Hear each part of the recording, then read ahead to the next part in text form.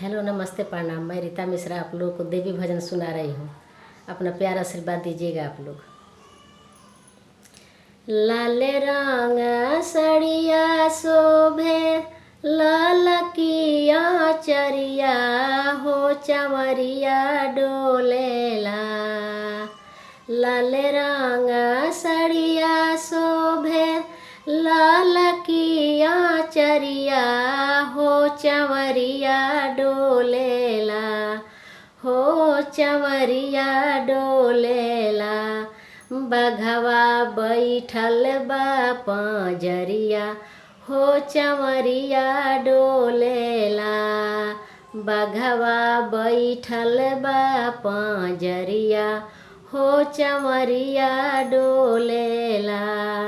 लाल रंग सड़िया शोभे लाल किया चरिया हो चमरिया डोलेला।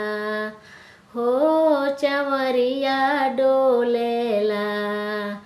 हो चमरिया डोलेला। बघवा बैठल बा पंजरिया हो चमरिया डोलेला। बघवा बैठल बा पंजरिया हो चमरिया डोलेला।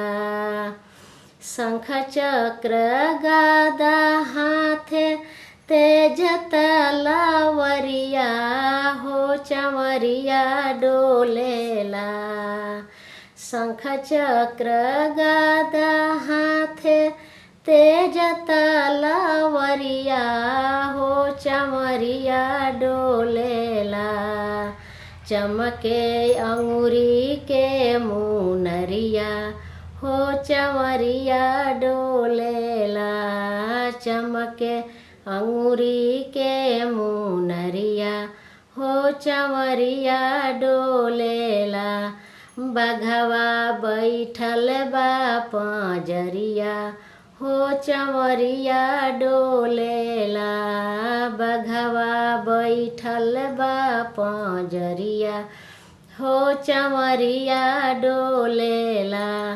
बघवा बैठल बा पंजरिया हो चमरिया डोलेला।